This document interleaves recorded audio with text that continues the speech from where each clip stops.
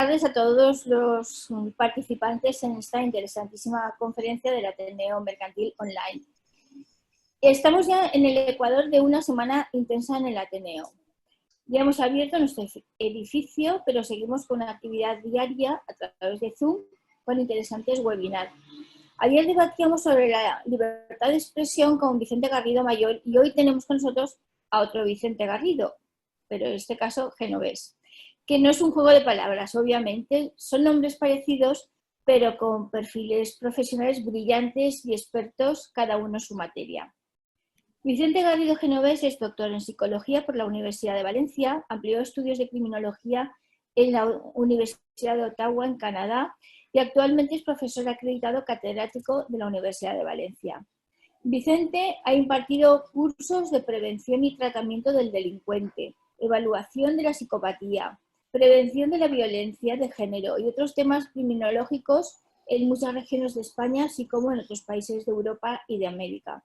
Ha escrito los primeros libros de psicología aplicada a la investigación criminal que se han hecho en España. Su libro, Principios de Criminología, es libro de texto en muchas universidades de España y América. Además, ha escrito diferentes libros sobre la materia y también 5 novelas. También el Ministerio de Justicia le concedió la Cruz de San Raimundo de Peñafort por su contribución a una justicia más humana y eficaz. Por tanto, creo que hoy tenemos a una de las voces más autorizadas para tratar el tema que se va a dar en la conferencia de hoy, los crímenes y el mal. Siempre me he preguntado qué puede pasar por la cabeza de una persona que comete un crimen de forma premeditada y que no deja ningún detalle al azar.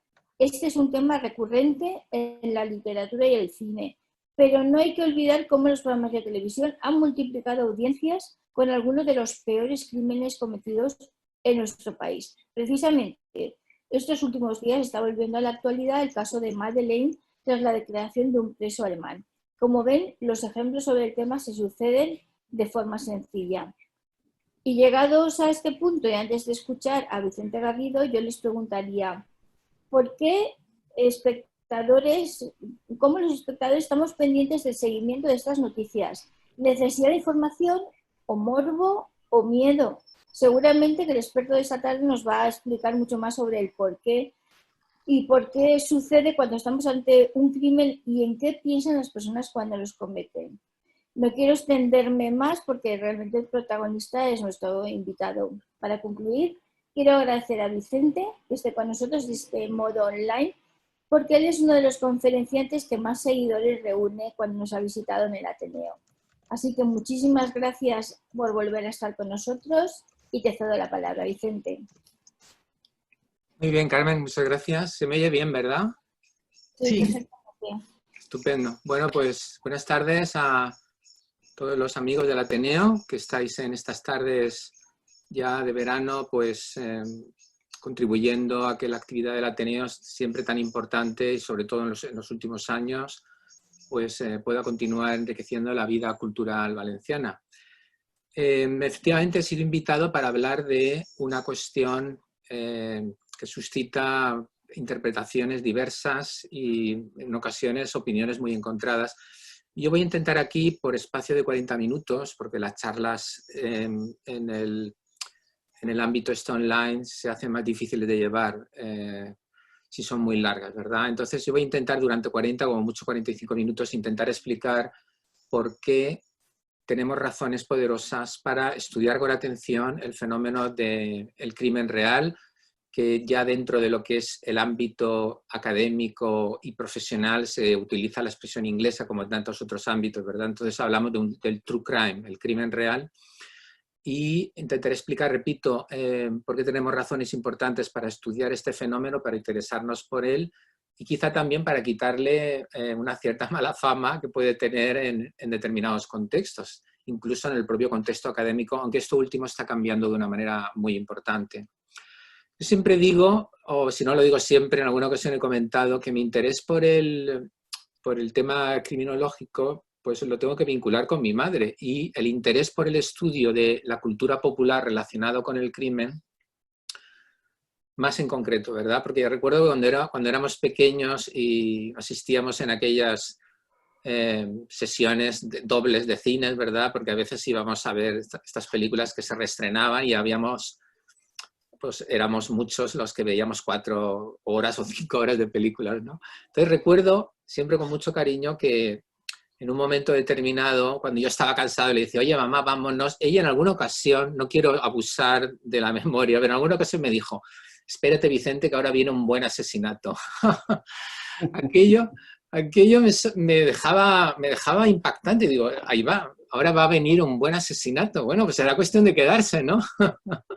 Mi madre, Dios la tenga en su gloria, era una persona muy pacífica y no tenía ningún instinto asesino, ¿verdad? Pero ella era muy amante de las novelas policíacas y, bueno, pues de todo este género que desde Edgar Allan Poe, incluso si nos vamos un poquito más hacia atrás, pues podríamos hablar incluso desde el siglo XVII, pues ya ha ido generando obras que nos han interesado mucho, ¿verdad? La cuestión es que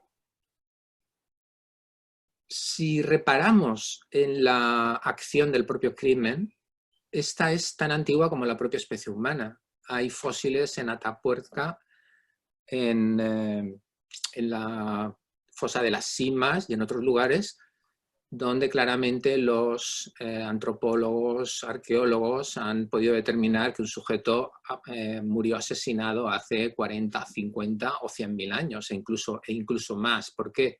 Porque se ha observado que hay una fractura en el cráneo compatible con un golpe violento, etc. Luego, no es de extrañar que en esta pequeña introducción que estoy haciendo, el crimen sea un elemento que nos ha acompañado desde siempre. Por no extenderme ahora al hablar de teorías evolutivas o antropológicas, donde se plantea que el Homo sapiens sapiens, que es la especie que prosperó y a la cual nosotros pertenecemos, extinguió a la especie de neandertal sencillamente porque los asesinó. Dicho de otra manera, los mató y se quedó con el territorio y se quedó con la caza, ¿verdad? Pero sin necesidad de irnos a los rudimentos de la teoría evolutiva o del desarrollo evolutivo, lo cierto es que el fenómeno del crimen real, el crimen basado en hechos reales o el true crime, para abreviar, ha sido desde el desarrollo de lo que podríamos considerar la época moderna, la época industrial del siglo XIX, ha sido algo cultivado por escritores e incluso podríamos hablar también como filósofos, porque cuando Thomas Hobbes está hablando, ¿verdad?, de su filosofía social y de que el hombre es un lobo contra el hombre, está haciendo ya un planteamiento de tipo criminológico, porque ya está definiendo de alguna manera el crimen como un elemento fundamental en la relación social que se establece en cuanto a comunidad. Simplemente quiero recordaros que el interés por el crimen real nace al mismo tiempo que la moderna literatura del siglo XIX, la literatura de Edgar Allan Poe y posteriormente la literatura de Arthur Conan Doyle, que es la época en la que además surge lo que podríamos denominar el nacimiento de la moderna policía y el nacimiento también de lo que es la ciencia forense. Prácticamente coincide el desarrollo de la obra de Sherlock Holmes con la aparición de Jack el Destripador en el año 1888 y con él lo que podríamos considerar un nuevo criminal, un nuevo asesino adaptado a la sociedad moderna de su tiempo, a la sociedad industrial, donde los campesinos abandonan la tierra, se van a vivir a las grandes ciudades, se generaliza una especie de sociedad anónima, se crean guetos, lugares donde hay una gran ausencia de cobertura social, donde hay problemas de incluso supervivencia, hacinamiento, etcétera, etcétera. Estas grandes ciudades, Londres, París, posteriormente en Estados Unidos, ¿verdad?, también Nueva York, Chicago, etcétera, generan un nuevo clima o un nuevo caldo o un nuevo escenario social y ahí aparecen los nuevos criminales.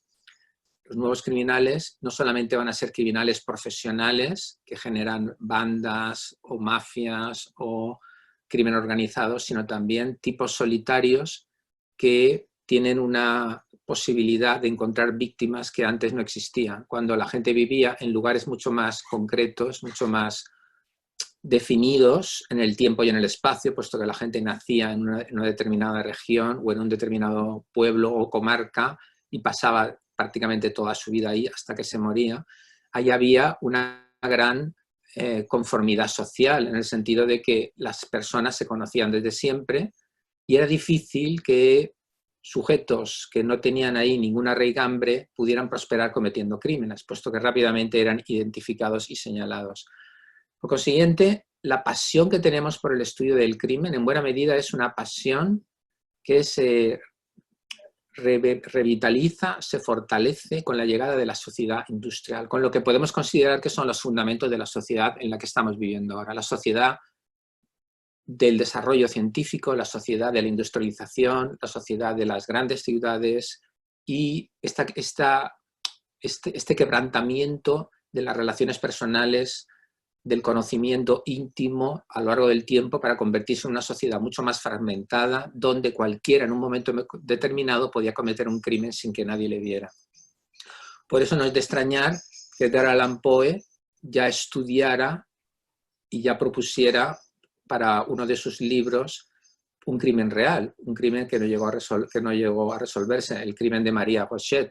Y el propio Sherlock Holmes, a través de sus socias, Arthur Conan Doyle, si me permitís la ironía, puesto que obviamente Doyle era el autor, pues investigó también crímenes reales. Es decir, Arthur Conan Doyle se implicó debido a sus enormes contactos que tenía con la policía y él también participó en intentar descubrir aspectos de crímenes que tenían en grave apuro a la policía y fue también cronista en la revista The Strand, que era la que publicaba también sus cuentos de Sherlock Holmes, fue también cronista de crímenes reales.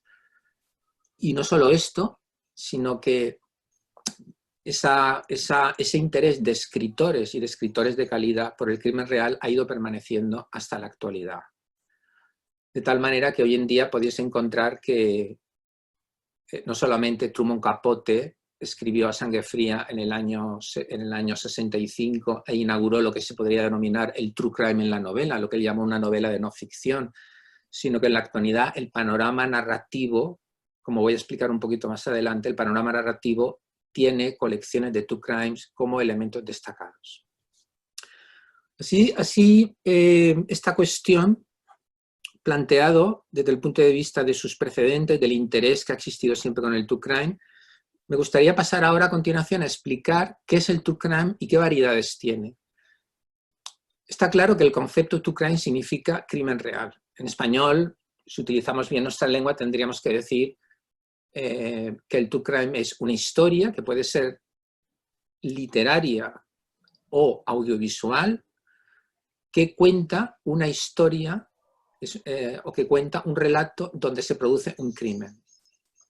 En muchas ocasiones, el true crime lo que pretende es investigar en las razones del crimen y del criminal, de tal manera que se nos presenta lo que podríamos considerar un proceso típico del acto criminal, desde el origen del hecho, donde se nos presenta al autor, a la víctima o víctimas, la investigación criminal y luego posteriormente, si todo acaba bien, el proceso judicial y la condena.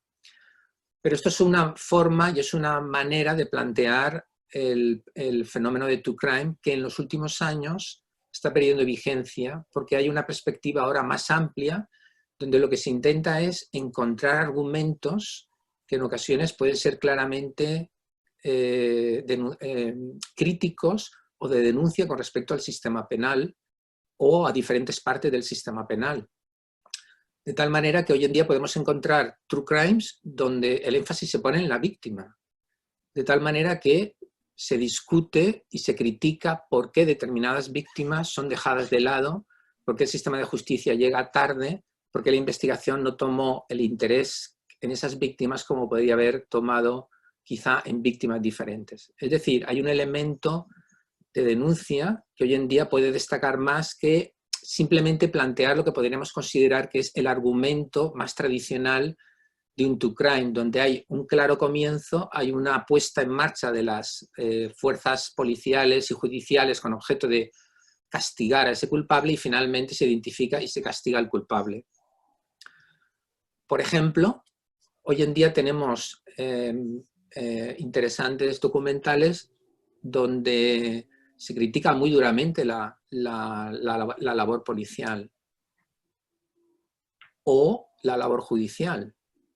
De tal manera que el espectador recibe un mensaje que podríamos considerar que es poco tranquilizador. Es un mensaje crítico que le tiene que obligar a pensar y a reflexionar sobre el modo en que la justicia criminal y en general el fenómeno criminal se produce en la sociedad y el modo en que se responde a él. Por consiguiente, resumiendo la idea principal, una historia o un relato true crime, ya sea a través de su reproducción literaria o audiovisual, es un relato o una historia que se relaciona con un crimen, pero las lecturas, los objetivos o los enfoques que se pueden dar sobre ese crimen pueden ser muy variados. Puede ser un enfoque donde se presente una actividad convencional en el sentido de que todo ha funcionado bien y por consiguiente asistimos muy interesados a cómo se produjo un crimen o varios crímenes, cómo se investigó y cómo finalmente la ley pudo dar con el autor, o por el contrario puede introducir elementos críticos acerca del sistema de justicia, acerca en general quizá de todo el sistema social, incluyendo la prensa y otras instituciones, y también planteando una mirada crítica sobre la víctima. Voy a presentar aquí, en lo que es el grueso de esta charla, las 3 razones fundamentales por las que yo considero que es importante el estudio del true crime por parte de los científicos, los investigadores, en definitiva, todas aquellas personas que trabajan en el mundo de la cultura. Y por qué debemos de superar ya esta etapa o esta fase en la que consideramos que es algo de mal gusto o que obedece meramente al morbo el interesarse por un fenómeno true crime. Porque claro, hay una respuesta que podríamos considerar natural, ¿no? Quien se interesa por la sangre, quien se interesa por los muertos, sobre todo de forma violenta, parece que está transgrediendo determinados límites de lo que sería pues, la buena, no sé, la buena práctica de las costumbres sociales, lo que sería, digamos, los gustos más adecuados, ¿verdad? Y sin embargo, yo creo que tenemos poderosas razones para rechazar ya de plano esta cuestión. Estas razones poderosas que nos hablan del true crime se basan, desde luego, en un hecho muy importante, y es que el fenómeno del true crime en los últimos 10 años probablemente ha resurgido de una manera espectacular. Siempre ha estado ahí. Ya he explicado cómo Arthur Conan Doyle en el siglo XIX, como Edgar Allan Poe anteriormente, ya se ocupaban del true crime, ¿verdad? Otros escritores también lo han hecho. Por ejemplo, Lincoln, el que fue presidente de los Estados Unidos, antes de ser presidente de Estados Unidos, él escribía con frecuencia en los periódicos y él escribió varios artículos ocupándose de crímenes célebres en su tiempo, pero otros muchos autores, Washington Irving también lo hicieron, gente que ahora mismo nos puede parecer un poco sorprendente, pero de verdad que hay multitud de autores que en algún momento, autores considerados de otro ámbito o incluso escritores filosóficos que ya escribieron y plantearon cosas acerca del true crime. Pero ¿qué es lo que ha ocurrido en los últimos 10 años? Bueno, pues que ha habido una explosión del true crime. Esa explosión se ha producido, desde mi punto de vista, porque están las condiciones adecuadas en este siglo XXI para que sociológicamente nos vuelva a interesar el género negro, entendido el género negro como aquel que se ocupa de analizar y criticar la sociedad a través de sus crímenes. En el ámbito de la ficción, el género negro pues, se relaciona con novelistas que probablemente hayáis leído mucho, ¿verdad? En España, Carlos Zenón, yo mismo, si alguno de vosotros me ha leído, pero bueno, Susana Hernández, hay Pilar Rameda, hay multitud de ellos. Pero, por supuesto, en el extranjero pues tenemos a Lee Child, tenemos a tenemos al autor de Henry Quebec, que no me acuerdo ahora cómo se llama. En fin, tenemos a la autora de Perdida, por citar una novela también célebre. Hay multitud de libros y de autores que ahora no me acuerdo, pero que seguro que tenéis en vuestras bibliotecas. Pero es que además hay editoriales que han creado colecciones propias de True Crime. Por ejemplo, la colección RBA tiene una colección True Crime. La editorial Alba tiene una colección True Crime. 4 o 5 editoriales ahora mismo están sacando libros de literatura que lo que hacen es tratar sobre el crimen real. Incluso la editorial Anagrama ha publicado recientemente un par de libros muy interesantes sobre True Crime. Pero evidentemente este mayor énfasis en el desarrollo del True Crime se ha producido a través del desarrollo de los programas de televisión creados por las grandes plataformas de streaming, como conocéis, HBO, Netflix, Movistar, bueno, y otras muchas, ¿verdad? Apple recientemente, etc. Todas estas plataformas han generado productos para la televisión que han intentado ir más allá de lo que convencionalmente las cadenas tradicionales podían ofrecer. Las cadenas tradicionales en ocasiones producían algún documental, un documental único de 1 hora o de 1 hora y media sobre un fenómeno del True Crime. Pero claro, como tienen que llenar tantas horas todas estas plataformas y competir entre sí, han visto que ese interés que ha sido siempre permanente en la sociedad por el True Crime podía ser desarrollado a través de productos de calidad que nunca antes se habían hecho. Y de esa manera, si tenéis interés en este ámbito y habéis mirado los programas de estas cadenas, podéis ver cómo en España se ha hecho un buen True Crime de fenómenos tales como El Pionero, por ejemplo, la vida de Jesús Gil y sus quehaceres en la ciudad de Marbella, lo que podríamos considerar que fue una historia de corrupción. También el caso Asunta, sobre el asesinato de la niña Asunta por parte de sus padres. Uno que es uno de mis favoritos, que es Crimen en León, sobre el asesinato de la presidenta de la Diputación de León hace algunos años, quizás os acordéis también. También se ha hecho un True Crime sobre el caso de Pablo Ibar, se ha hecho un podcast y luego se ha hecho un True Crime a través de la ficción.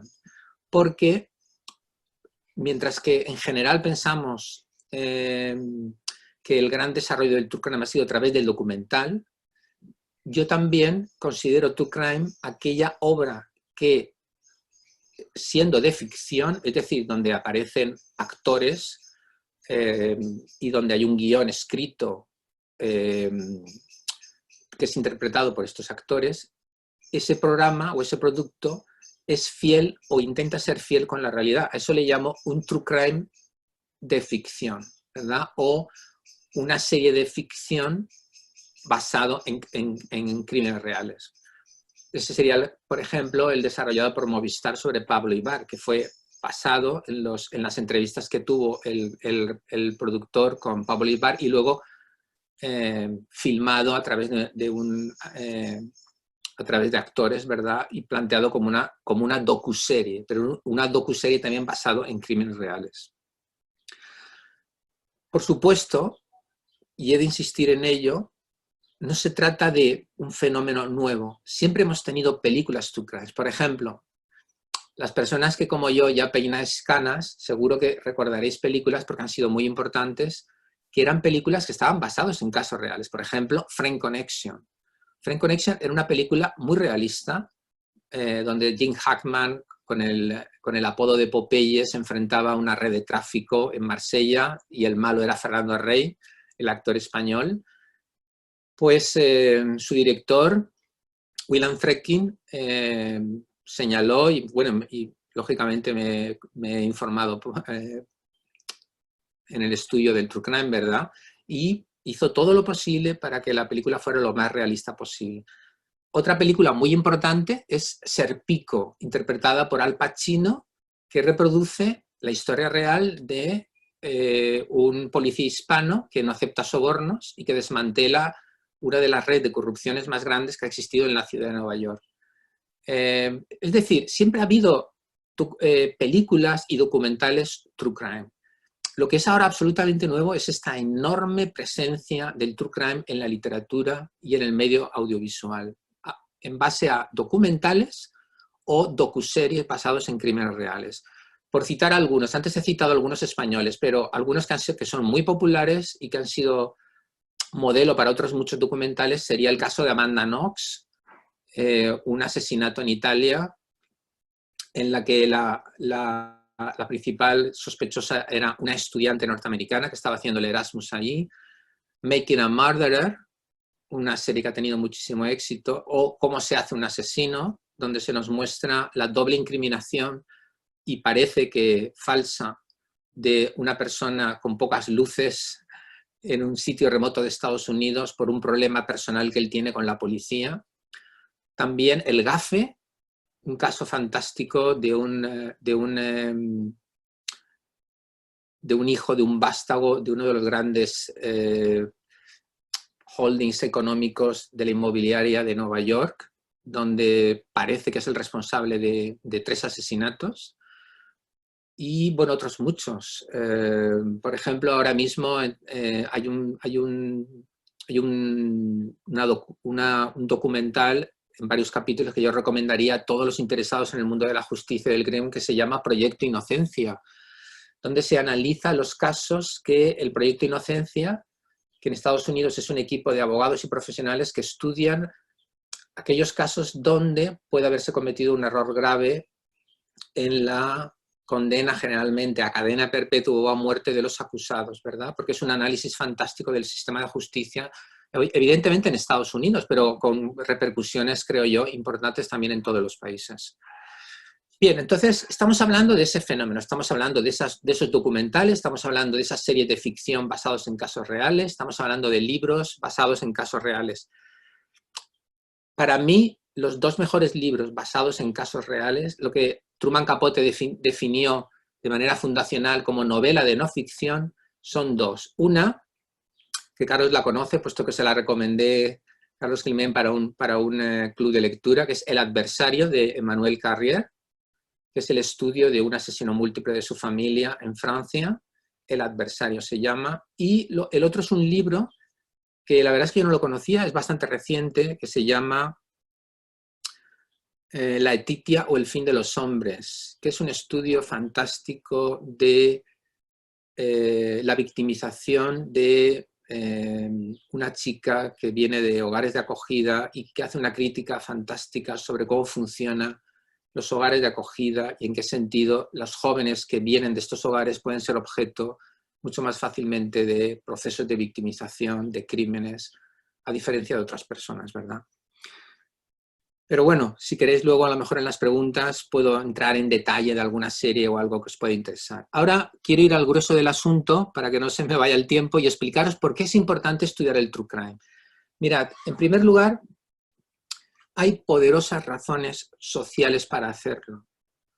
Yo no conozco, dentro de lo que es la cultura popular, ¿de acuerdo? Entendiendo por cultura popular aquella cultura que se dirige a las masas, no necesariamente una baja cultura, puesto que obviamente el cine puede ser considerado como cultura popular, ¿verdad? Y nosotros podemos estar viendo aquí una obra maestra y eso no es una baja cultura, es una cultura muy elevada, pero es cultura popular, ¿verdad? Una película como Vértigo de Hitchcock es cultura popular, o una película de Orson Welles es cultura popular, es una gran cultura. Luego, con cultura popular no quiero decir cultura baja, porque como todo en la vida, hay cosas malas y cosas buenas, y hay cosas de buena calidad y cosas de mala calidad.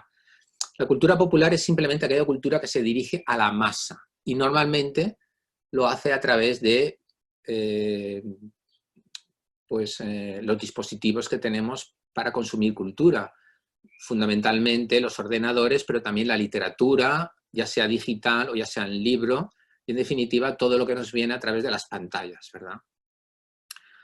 Pues bien, hay razones sociales muy importantes. En primer lugar, no conozco ningún otro medio por el cual, desde el punto de vista social, se puedan señalar deficiencias, corrupciones, problemas, en definitiva, mal funcionamiento de los sistemas sociales.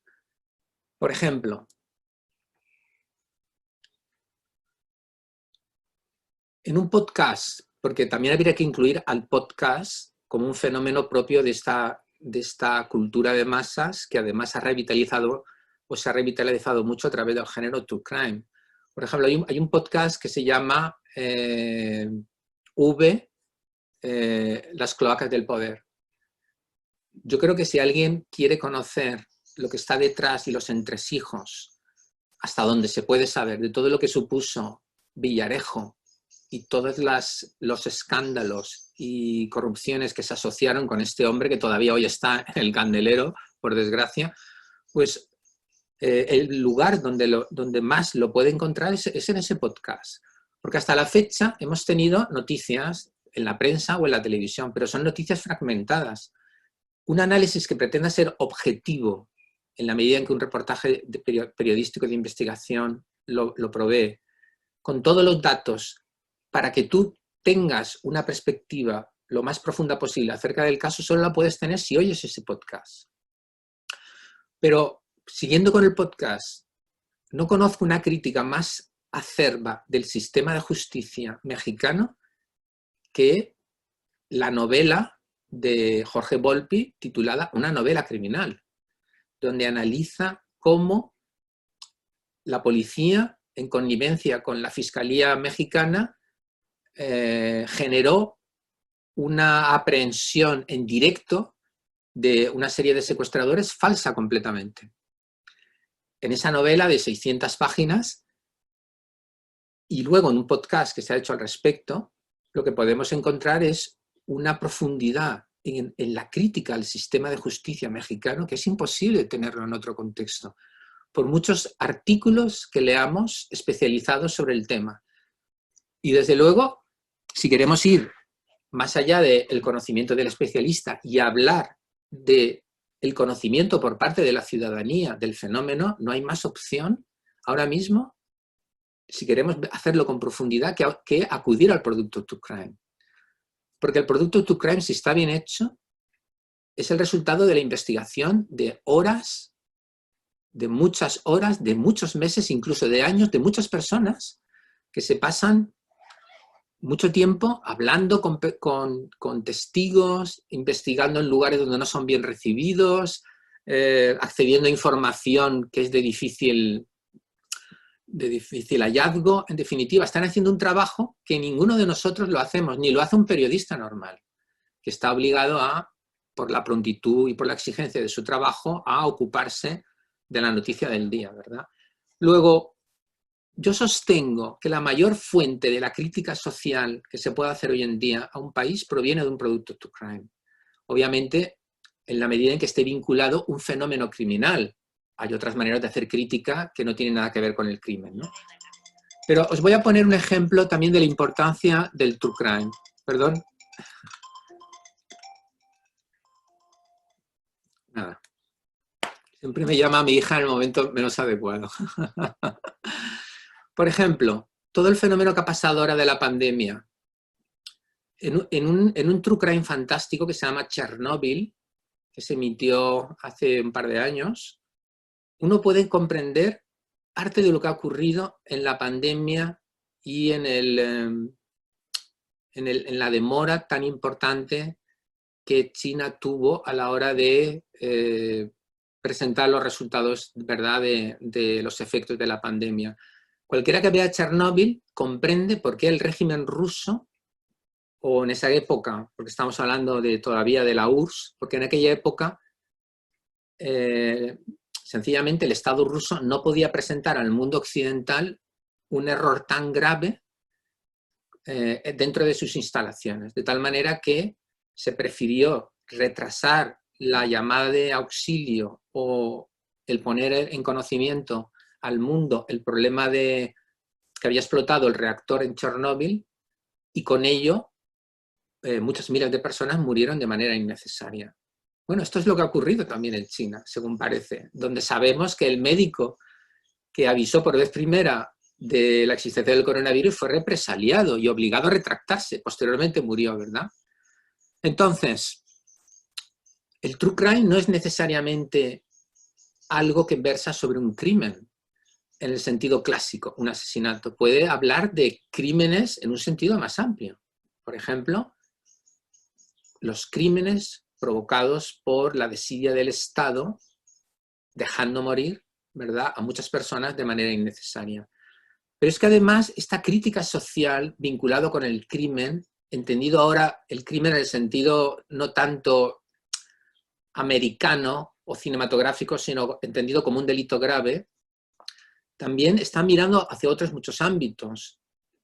Hoy en día hay documentales estupendos sobre todo el fenómeno que se ha estado vinculando con los acosos de acoso sexual, los delitos de acoso sexual que han sido tan importantes por parte de magnates importantísimos en Estados Unidos. Jeffrey Epstein, que se ahorcó el año pasado después de años de abusar sexualmente de docenas y docenas de menores.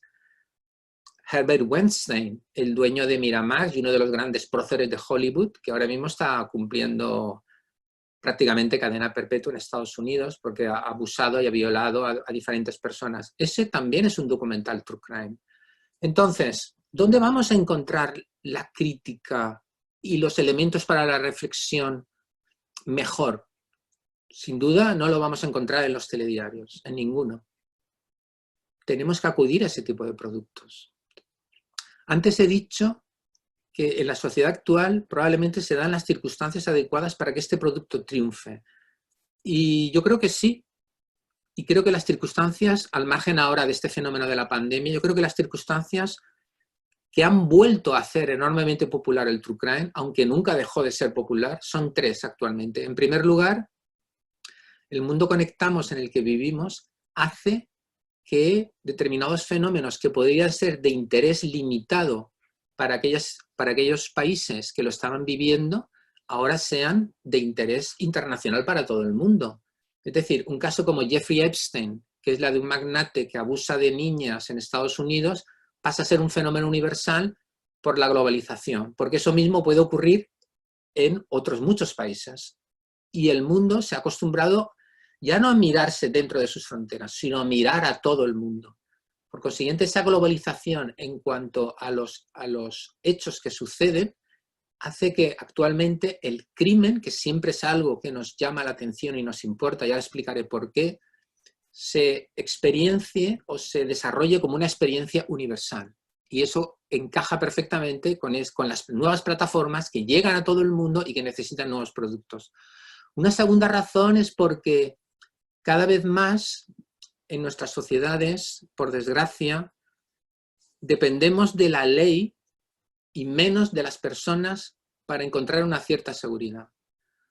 Es decir, familias cada vez más limitadas, más reducidas, un mundo cada vez más incierto, un futuro cada vez laboralmente más angustioso.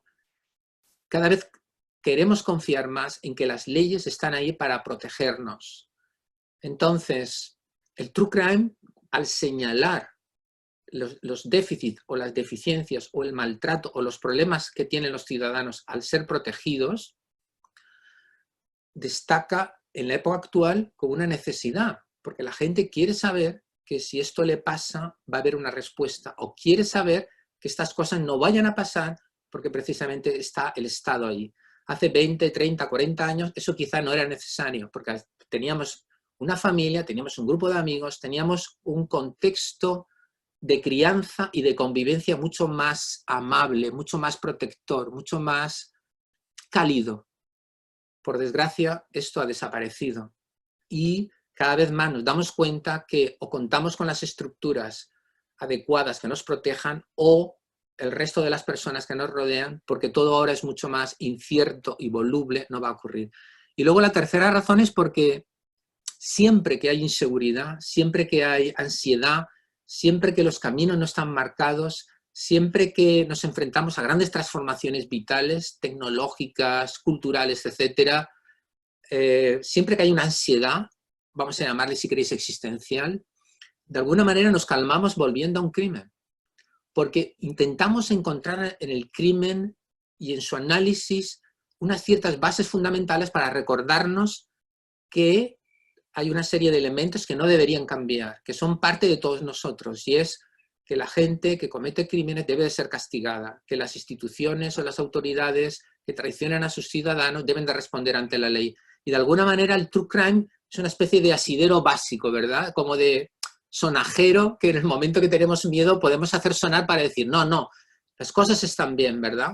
y de alguna manera el true crime puede proporcionar esa seguridad, al mismo tiempo que, como antes he explicado, puede ser también una fuente de crítica social importante.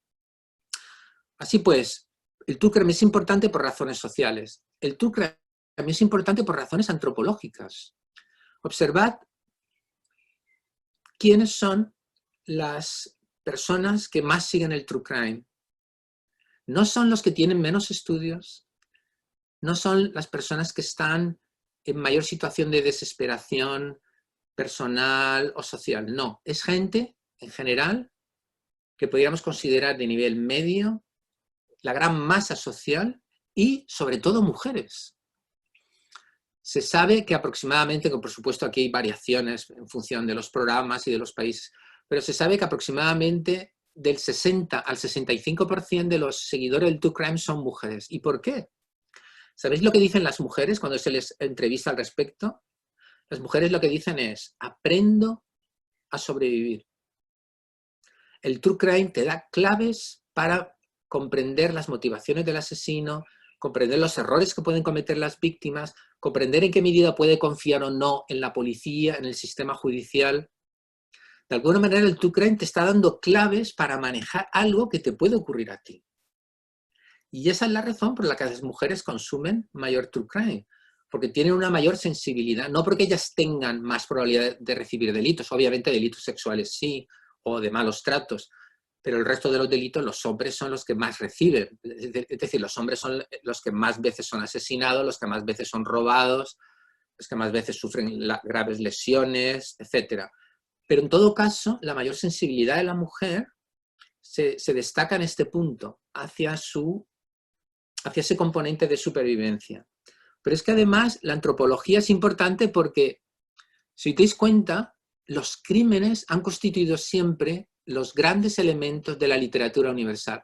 He empezado la charla diciendo, desde siempre ha habido true crime, siempre ha habido escritores interesados, etc. Pero ahora voy a ir más allá, ya que reflexionéis un momento y os preguntéis si no es cierto que los grandes escritores de la literatura universal, los grandes dramaturgos, no han utilizado el crimen como uno de sus grandes fuentes de inspiración. ¿Se puede entender a Shakespeare sin entender el crimen? No el true crime o crimen real, puesto que él escribía crimen ficticios. Es decir, las tragedias de Shakespeare, si quitamos el crimen, se quedan en muy poco. Nos tenemos que quedar con las comedias, con las alegres comadres de Windsor y con La noche de verano, ¿verdad? Las grandes tragedias de Shakespeare son todas tragedias criminales. Ricardo III, el Rey Lear, Hamlet, Macbeth. ¿Por qué es eso? ¿Por qué la Ilíada? ¿Por qué la Odisea no está basado también en la idea de retornar a casa, en el caso de la Odisea, para expulsar a alguien que ha invadido nuestra propiedad y quiere usurpar el lecho de nuestra esposa? ¿No es de alguna manera la respuesta de alguien que quiere llegar para prevenir un crimen en su casa, en definitiva una expoliación de todo lo que tiene y una usurpación de su lugar como marido? No estamos hablando necesariamente del asesinato, hablamos aquí del crimen en un sentido general. Pero Dostoyevsky, pensad en tantísimos autores que han hecho del crimen un elemento fundamental de su obra. ¿Y cuál es la razón de esto? La razón de esto es porque el crimen y el true crime, con mayor motivo, es un escenario o presenta un escenario muy importante para poder comprender los grandes conflictos del ser humano. Y con ello, los grandes desafíos digamos, tareas a las que tiene que hacer una persona si quiere convertirse, ¿verdad?, en alguien maduro, en un hombre o una mujer maduro. ¿Dónde está la fuerza de matar a un ruiseñor? La fuerza de matar a un ruiseñor está en el hecho de que hay un sistema opresivo, esclavista, que está condicionando la vida de la gente, donde se hace necesario un plus de coraje y de dignidad personal para enfrentarse y rebelarse frente a ese sistema. Esa es la pasión y la fuerza de matar a un ruiseñor. Un crimen, una violación, luego una ejecución injusta. Si le quitáis el crimen a matar a un ruiseñor, desaparece el leitmotiv con la cual la autora nos quiso dar un mensaje determinado. La lealtad, la traición, la codicia, el sacrificio, la pasión, el amor. Todos los grandes conflictos del ser humano están magníficamente representados en una buena obra true crime, de un modo que quizá probablemente no lo pueda hacer otro género. Porque si leéis A Sangre Fría o veis la película, ahí no solamente tenemos una familia que de manera inexplicable resulta masacrada por dos pelanduscos delincuentes de poca monta que pretenden robar en una casa porque le han dicho que hay una caja fuerte con mucho dinero. Ahí tenemos otros muchos temas, por ejemplo, la interrupción absurda de la vida. El hecho de que el azar en un momento determinado puede jugar un papel absolutamente decisivo en tu vida. Si un preso de los dos convictos, de los dos asesinos de la familia, no les hubiera dicho de manera incorrecta que esa familia tenía mucho dinero en una caja fuerte, lo cual era mentira, nada de esa especie de máquina infernal se hubiera desencadenado. Pero por otra parte está el hecho de cómo reacciona una sociedad tradicional frente a un crimen. ¿Cómo se transfigura esa sociedad tradicional? Porque estamos hablando de un pequeño pueblo de Kansas en los años 50. ¿Cuál es el impacto de un crimen en la gente? ¿En qué sentido cambia la perspectiva de la sociedad y de las relaciones humanas? Eso también es un tema esencial en la novela de Capote. Y por supuesto la pena capital, la condena a muerte.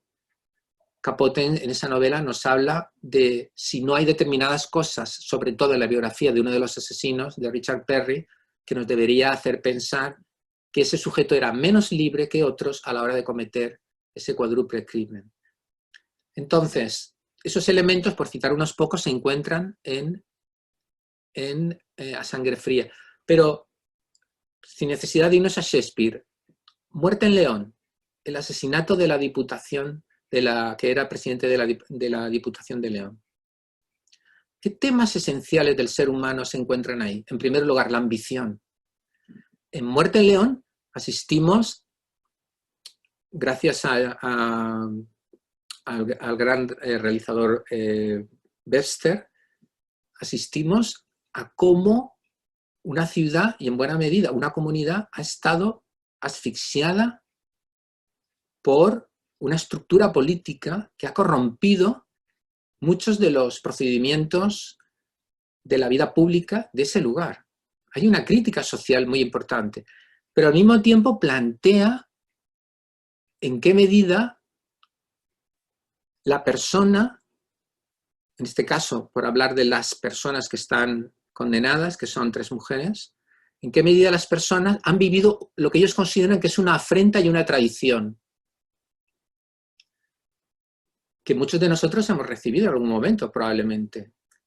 Pero en esa manera de responder con tanta violencia, estamos aprendiendo sobre cómo el ser humano se enfrenta a una frustración muy dolorosa y qué caminos existen. En ese caso se produce el camino del crimen. Pero también en qué medida el funcionamiento del sistema de justicia fue el adecuado o el correcto, puesto que, sobre todo en un episodio posterior que se hizo, meses después a la emisión de la serie, se supo que el día anterior al homicidio, e incluso el mismo día, una de las personas incriminadas tuvo 80 llamadas con el que era una persona importante de una autoridad de León. Y jamás lo investigó la policía, ni la jueza de instrucción. Bueno, pues ahí tenéis muchas de las cosas que antes os he comentado, ¿verdad? Dependiendo del enfoque, del análisis y del tema tratado en el true crime, podéis encontrar todas y cada una de las grandes dificultades, conflictos y pasiones que mueven al ser humano. Y luego hay una tercera razón por la cual el true crime es apasionante, y es que utiliza los mecanismos dramáticos. Es decir, el true crime nos atrapa porque utiliza los mecanismos propios de la ficción. Utiliza el suspense, utiliza el misterio, sabe los buenos productos, sabe utilizar con sabiduría las escenas, los momentos para presentarnos la información adecuada, de tal manera que en muchas ocasiones, al final del capítulo, permanece un tema latente o un tema que nos ha interesado mucho como punto de enganche, lo que llaman cliffhanger, ¿verdad? Como punto de enganche para el elemento siguiente. Es decir, que en un buen producto true crime nos encontramos con muchos de los recursos estilísticos que utilizan los autores que crean películas y series de ficción. Y eso es así, puesto que en definitiva todo producto cultural debe de interesarnos. El mejor tema, el tema más interesante, presentado de una manera pedestre y sin interés, pues nos acaba aburriendo, ¿verdad? Entonces, el drama, aquello que nos provoca interés o atención, en un buen producto cultural está utilizado con habilidad. Y eso hace que sea muy popular, porque en definitiva a todos nos interesa profundizar en el fenómeno que estamos siguiendo, en la medida en que genera conflictos muy importantes entre personajes o entre personajes e instituciones o autoridades. Pero la base dramática poco podría hacer si el tema no nos interesara. Dicho de otra manera, si a mí no me interesa la cría de abejas, el que un autor haga un documental sobre la cría de abejas utilizando recursos estilísticos muy dramáticos, pues probablemente me dejaría igual, porque me da igual cómo las abejas crean o se reproducen, ¿verdad? O crean colmenas, etcétera, ¿no? El true crime bien hecho nos interesa cuando se utilizan las claves dramáticas, porque el tema criminal, como antes he dicho, es un tema antropológicamente útil para la supervivencia. No solo las mujeres, todos nosotros aprendemos claves importantes para nuestra supervivencia. Y tenemos en nuestro disco duro una regla que dice que todo aquello que tenga relación con nuestra supervivencia merece nuestra atención. Entonces, no se trata de morbo, y con esto termino mi presentación, no se trata de morbo, es que estamos de alguna manera programados para interesarnos por el crimen. Ojo, no estoy hablando de la sangre, no estoy hablando de lo que podríamos denominar el gore, ¿verdad? ¿Habéis oído esta palabra, el gore o el exceso? No, no estoy hablando de esto. Esto a mí, francamente, me resulta desagradable y procuro no verlo. Pero estamos hablando de la emoción, estamos hablando del descubrimiento, estamos hablando de la revelación, estamos hablando del asombro y estamos hablando de la comprensión, ¿verdad? Y todo eso está en un producto true crime. ¿Cómo es posible que dos padres maten a su hija? Esa es una pregunta antropológicamente extraordinariamente relevante en el caso de Asunta. Sobre todo, además, cuando tú la has adaptado y cuando parece que es una chica fantástica, que va muy bien en la escuela, que es una chica inteligente. Claro, esa pregunta es una pregunta muy importante, que la muestra un true crime. O, por citar uno de los más famosos, el caso de Alcácer. Cuando hemos visto ese documental, lo que se ha destacado ahí es que los medios de comunicación se volvieron locos. Bueno, pues yo no concibo los estudios de periodismo sin que se analice lo que pasó en Alcácer y cómo se generó una relación simbiótica entre parte del público y parte de los medios de comunicación para perseguir propósitos no muy honorables. Un mal funcionamiento de recursos de la sociedad o de instituciones sociales, en este caso el periodismo, televisivo, etc. El crimen de Alcácer nos habla, entonces, verdaderamente un triple crimen tremendo, pero también nos habla de la sociedad de esa época, también nos habla de los medios de comunicación. De la misma manera que si se hace un true crime del caso de George Floyd, como sabéis, el americano afroamericano o ciudadano negro americano que ha sido asesinado por la policía en Minneapolis, si se hace un true crime dentro de 2 o 3 años, ese true crime no se puede explicar sin analizar los problemas raciales de Estados Unidos y por qué muchas policías son profundamente raciales.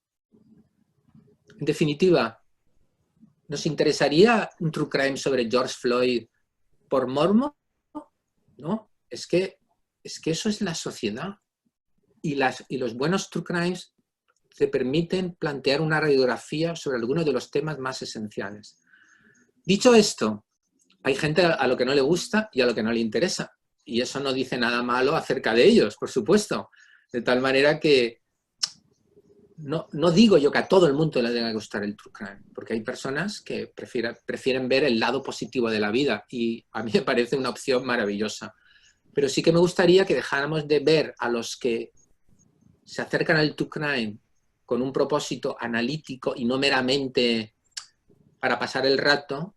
Me gustaría que lo consideráramos como un espectáculo culturalmente muy importante. Ya digo, ahora mismo no creo que haya otra forma de crítica social más acendrada, más profunda, más repensada, siempre y cuando el producto esté bien hecho, porque obviamente si hay productos que son tendenciosos y están orientados, ¿verdad?, a satisfacer los instintos más bajos del espectador, obviamente pues eso no tiene buena calidad, pero claro, es que esto ha ocurrido en cualquier cosa, ha ocurrido en la literatura, ha ocurrido en la prensa, ha ocurrido en el teatro, no podemos evitar que haya productos de mala calidad, ¿no? Pero un buen producto true crime es siempre un desafío para pensar y reflexionar en el mundo en el que vivimos y sobre el ser humano en general. Bueno, me he pasado creo que 10 minutos de lo que quería hablar, pero bueno, sí. Tampoco quiere hablar mucho más y bueno, pues ahora estoy aquí a disposición de todos vosotros. Pues gracias, Vicente, no pasa nada, por esos 10 minutos hemos estado todos, creo que, encantados. A mí me han surgido muchas dudas de todo lo que has dicho y como mujer, como persona curiosa y como persona que a veces que me fascina el crimen, sí que me gustaría que me comentaras. Has dicho que el interés por un crimen nos ayuda de alguna manera a sobrevivir o que buscamos ahí ayuda, ¿no?, para esto. Pero ¿por qué a veces somos tan hipócritas y cuando leemos algo sobre el crimen nos vamos a los detalles más macabros o más morbosos? Vamos a ver, es que todo depende del concepto de morboso. Todo depende del concepto de morboso. Vamos a ver, para conocer el fenómeno y la extensión del daño, uno tiene que leer hasta el final. Todo depende digamos, del estómago que tú tengas, en el sentido de poder soportar determinadas cosas. Por ejemplo, yo por mi trabajo he tenido que ver muertos, pero cuando yo veo a los muertos, yo me pongo en modo, ¿cómo te diría yo?, en modo trabajo. Entonces, no soy una persona que va a ver un espectáculo o va a ver una actividad cultural, no. Pues tengo que ver el muerto y entonces pues veo lo que tengo que ver y yo no me... dicho de otra manera, no estoy disfrutando de eso. Estoy trabajando y por consiguiente no lo estoy disfrutando, me estoy interesando. Ahora bien, si en una película tú me pones un cuerpo destrozado con lo que yo llamo mucha cacharrería, probablemente eso a mí me repele. Yo no creo que en general a la gente le guste ver eso, no lo creo. Pero de todas maneras hay personas que están, digamos, no sé, emocionalmente más capacitadas para ver esto. En todo caso, yo le diría que la persona que de verdad comprende y disfruta viendo un true crime, el perfil sea la persona que vaya a buscar lo más macabro, en el sentido de lo más visceral. Yo no lo creo. Es decir, yo si quiero leer una novela, pues efectivamente, si esa persona ha sido violada y se la ha torturado, yo quiero leerlo, porque eso forma parte del crimen. No quiero que digan, y si le hicieron cosas inenarrables, a mí eso me frustraría. No sé si me explico. Es decir, que si se le ha torturado, yo quiero saberlo. Lo que no quiero es leerlo si es un libro durante 4 páginas o que me muestren durante 15 minutos escenas sobre eso, ¿no? Es decir, yo no creo que el componente morboso entendido por el deseo de regodearse de una manera particularmente intensa en las partes más cruentas de un crimen, yo no creo que eso defina el true crime. No lo creo, aunque en un momento determinado tú puedas ver una foto perturbadora. Pero es que esa foto es importante porque la víctima ha quedado de esta manera, ¿no? Entonces, vosotros preguntaros, ¿qué oportunidades tienes tú como persona de aprender de manera directa de un crimen? Si Dios quiere, ninguna. La mayor parte de tu aprendizaje vendrá por la cultura popular, por lo que tú leas o veas. Entonces, si tú ves en un true crime a una persona cómo seduce a alguien, cómo es un falso, cómo es un manipulador, ¿cómo aprendes tú a detectar a un manipulador? Lo aprendes viéndolo. ¿Cómo aprendes tú a detectar a un manipulador? A un psicópata integrado, que yo llamo. ¿Cuál es el mejor modo de aprenderlo? Verlo en un documental o en una serie de ficción. Aprendes vicariamente, aprendes a través de los demás.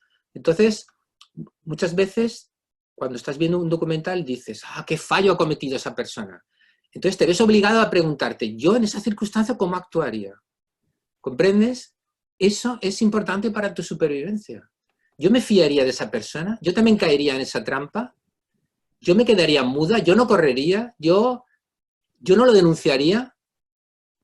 ¿Yo no rompería esa relación antes de encontrarme en esta situación? Todas esas preguntas, ¿cuándo te las haces? Si a ti no te ocurren personalmente, el modo de hacerlas es vicariamente. Vicariamente es a través de la exposición de esos relatos criminales mediante una obra de ficción o una obra basada en un crimen real. Pues vamos a, si os parece, a dar turnos de palabra y a preguntar, porque Vicente, has creado mucho debate en el chat y en las preguntas y respuestas. Muy bien. Mira, Inma te saluda, dice que es compañera tuya de facultad del año 84. Ahí va. Para más datos. Dice que lo que resulta irónico, por no decir antinatura, cuando la muerte al otro se justifica en situación de guerras, al otro se justifica, cuando la muerte al otro se justifica en situación de guerras, no se juzga. Y un crimen fuera del ámbito bélico está penalizado. Incluso Hannah Arendt introdujo el concepto de la banalidad del mal en cuanto a la obediencia ciega a un partido liderado por un criminal. No pregunta nada, simplemente creo que lo... Bueno, a ver, efectivamente, la sociedad establece formas legítimas de matar y efectivamente en la guerra matar a mucha gente te convierte en un héroe, eso es verdad. Sí, obviamente, pero bueno, con el advenimiento de la Ilustración y del contrato social se estableció un acuerdo entre los ciudadanos y el Estado. El Estado sería el que administraría la violencia. Los ciudadanos tendríamos que cumplir las reglas y dejar que si se produce un quebrantamiento de la ley, sea el Estado el que castigue. En teoría, en una guerra, un Estado ha sido atacado por otro y por consiguiente se tiene que defender. Entonces, el Estado dice que en esas circunstancias matar no solo no es un crimen, sino que es un deber, puesto que el Estado y la sociedad están en peligro. Claro, esta perspectiva pues es complicada dependiendo también muchas veces de lo que la gente piensa, ¿no? Por ejemplo, una persona pacifista pues considerará que eso tampoco está bien. Claro, aquí entramos ya en terrenos filosóficos e ideológicos, ¿no? Pero yo creo que la explicación es muy sencilla. Cuando un Estado se ve amenazado, premia a los ciudadanos que son capaces de defender al Estado. Obviamente, si ya hablamos de dictaduras y guerras injustas, lo que estamos hablando son de crímenes legalizados o justificados por un Estado que en sí mismo es un Estado corrupto y por consiguiente es un Estado también criminal, ¿verdad? Sí, si os parece, vamos a ir intercalando intervenciones en directo con preguntas en el chat. Si No quieres sé que si aparezcan las preguntas en mi chat y yo las vea directamente, como para que tú no tengas que leerme las preguntas y yo las puedo no, leer. no te preocupes. Si alguien quiere, de los que están en cámara, comentar alguna cosa, Carlos, Esther, ¿le puedes dar audio a Carlos, por favor? Sí, Carlos, te aparecerá un mensaje para aceptarlo. ¿A mí? Sí. A Carlos Climent. Ya estoy. Ahora. Bueno, Vicente, qué ganas de hablar contigo de vez en cuando. La verdad es que tu intervención, como siempre, ha sido maravillosa. Te he oído hablar de una cosa que probablemente la debes de haber dicho por algún sitio, pero que yo no te la había oído decir, la importancia que tiene el crimen como expresión de múltiples aspectos de la sociedad. No solamente nos enseña a denunciar problemas sociales, a denunciar el sistema de la justicia, la crítica social, a evidenciar rasgos de la personalidad de las personas que intervienen en el crimen, para que aprendamos todos claves de supervivencia. Me encanta todas estas cosas. Yo, sin embargo, también quería añadir algo más, o tú también lo has dicho, que el crimen evidencia los grandes conflictos o conflictos del ser humano. Yo creo que el ser humano constantemente está en conflicto. Todos estamos en nuestras interrelaciones constantemente en unos conflictos que muchas veces se resuelven con un acuerdo o con una sumisión o con una dominación de uno a otro. Pero ¿no crees tú? Porque siempre hay, en el fondo, cualquier tipo de relación interpersonal es una relación de poder y en estos casos una manifestación extrema de las relaciones de poder. ¿No crees tú que cuando se comete un crimen, esa relación de poder, de superioridad, de preeminencia que una persona tiene sobre la víctima es la expresión máxima de la fuerza, del poder de unos seres humanos sobre otros seres humanos? ¿No crees que en el fondo de cualquier crimen siempre hay una relación de poder que no se resuelve mediante un acuerdo, una dominación, sino mediante una imposición dañando los bienes de la víctima? Te lo digo porque esto podría constituir realmente el fundamento de una filosofía de la criminología. Vamos a ver. Antes se me ha olvidado comentar, bueno, no se me ha olvidado, pero como ya me lleva de tiempo, algo que yo creo que es importante y que también enseña el True Crime, que tiene una relación un poco con lo que tú me preguntas, y es, hasta cierto punto el True Crime nos enseña una cierta filosofía de vida. ¿Cuál es esa filosofía de vida? Bueno, pues muchas veces a darte cuenta que tienes que aceptar la ambigüedad, que tienes que aceptar lo imperfecto, que tienes que aceptar el destino, que tienes que aceptar la fatalidad, que son aspectos que muchas veces están formando parte de un crimen o de un fenómeno criminal. Entonces, hay una reflexión importante, y es que los descosidos de la vida y de la sociedad no son nunca tan evidentes como en una historia criminal. Por eso, tradicionalmente, las obras de ficción, las series de televisión, nos han presentado esa cara amable o convencional a la que antes yo hacía referencia del crimen, y es, se comete un crimen, interviene la policía, el FBI o la Guardia Civil, se castiga al culpable, se cierra la herida, se ha hecho justicia. Claro, durante mucho tiempo eso ha dominado a series como Ley y Orden, qué sé yo, los de mi época, Carlos, Ironside. ¿Es verdad o no? Perry Mason. Perry Mason, yo no me quería ir a la prehistoria, Carlos, que se nos va a ver el plumero. Pero bueno, yo creo que el ejemplo más representativo es CSI, actualmente CSI, Ley y Orden. La paz social ha sido quebrada por un acto criminal. Interviene la fuerza del orden, que actúa siempre con honestidad y premura, se aplica la justicia, que es una justicia infalible, se castiga al culpable. Eso no define el true crime actual. No. El truco intelectual lo que te hace es mostrar la cara distorsionada de esa realidad. Lo que te muestra es, por ejemplo, en Proyecto Inocencia, al cual antes he hecho referencia, son casos de personas que han cumplido 20, 30 o más años sencillamente porque la policía presionó de manera indebida a los testigos. O porque en el caso de Pablo Ibarz, por ejemplo, a pesar de que no hay ADN que le vincule con el crimen, recordáis el caso del español, ¿verdad? Pablo Ibarz, que está en la cárcel en Estados Unidos. Bueno, porque a pesar de que no hay ADN que le incrimine, hay una foto donde nadie ve nada, donde se asegura que él es Pablo Ibarz. Entonces, por ejemplo, ¿eso qué te dice del sistema americano? El sistema americano lo que te dice es que la finalidad por encima de todo es condenar. O sea, ahí el inocente lo es hasta que se demuestre lo culpable, es lo contrario. En el momento que entras en la máquina, el sistema lo que va a intentar es demostrar tu culpabilidad por encima de todo, ¿no? Entonces, en relación con la pregunta de Carlos, porque me he ido un poco, evidentemente hay veces que efectivamente la realización del crimen es la manifestación del poder, pero en ocasiones es la manifestación de una falta de poder que quiere acceder a él. Es decir, gente que desea encontrarse en un estatus o desea poseer determinadas cosas y no las tiene.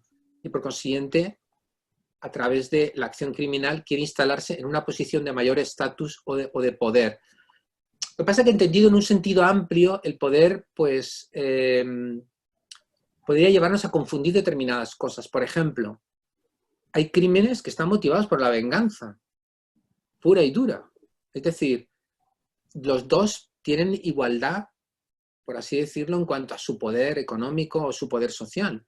Pero sencillamente uno odia al otro porque se considera agraviado de alguna manera irredimible, ¿no? Y se produce esa acción. Pero claro, hay otros crímenes que efectivamente muestran que una persona se siente maltratada o se siente humillada, y en ese sentido sí que se puede entender que el otro actúa con un poder que tú te resientes. Por ejemplo, en muchos asesinatos de mujeres, el hombre se siente humillado porque la mujer le deja. Entonces, él quiere restituir esa humillación ejerciendo un poder de castigo. Podemos hablar de poder en muchos casos vinculados con el crimen, pero no estoy seguro, tendría que pensar, no estoy seguro si podemos hablar en todos de una relación de poder. Yo creo que sí. Yo creo que sí. Porque esto tendremos que hablarlo. Si el poder lo entiendes como incluso habilidad o capacidad de sortear las dificultades para conseguir tu objetivo de dañar a otro, eso es un poder que se le manifiesta y que ejercita esa persona para dañar a otra. Pero no sigamos por ahí porque nos llevaría muy lejos. Sí, probablemente necesitemos hablarlo con tiempo, ¿verdad? Sí, cuando quieras, Vicente. Muy bien. Pues hablabais de mujeres y Oriana pregunta, Vicente, ¿cuál es la diferencia entre la fascinación con el tema y luego que las mujeres se enamoran de asesinos? Vale.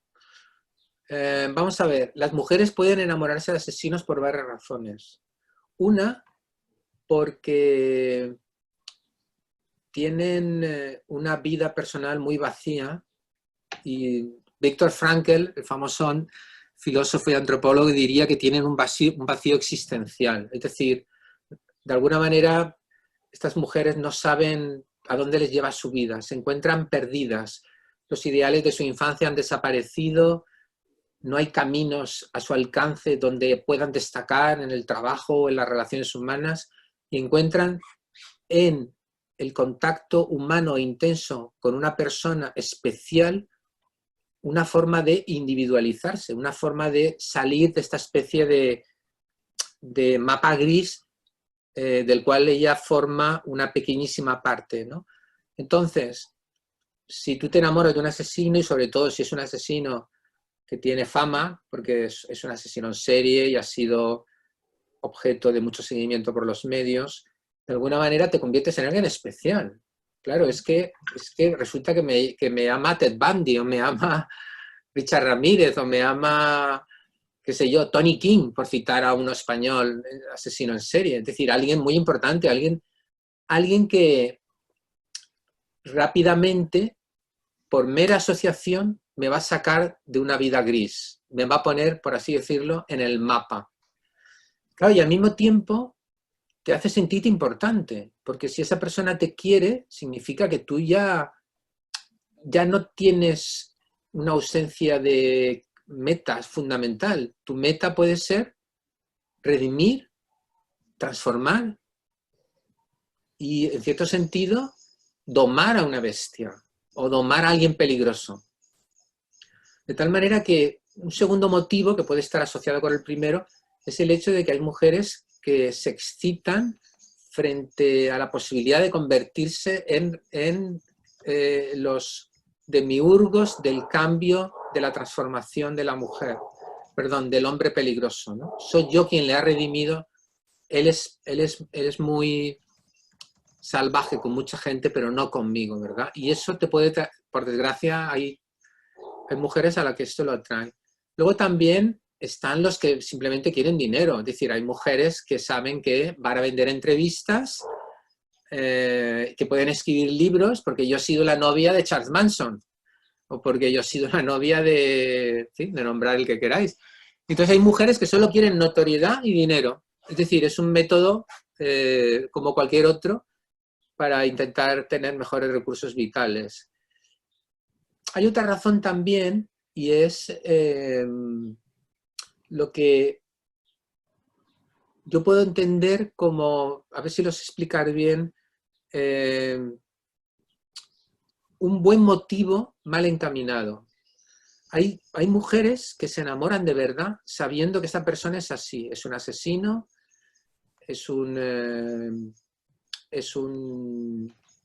bueno, pues alguien muy peligroso, etcétera.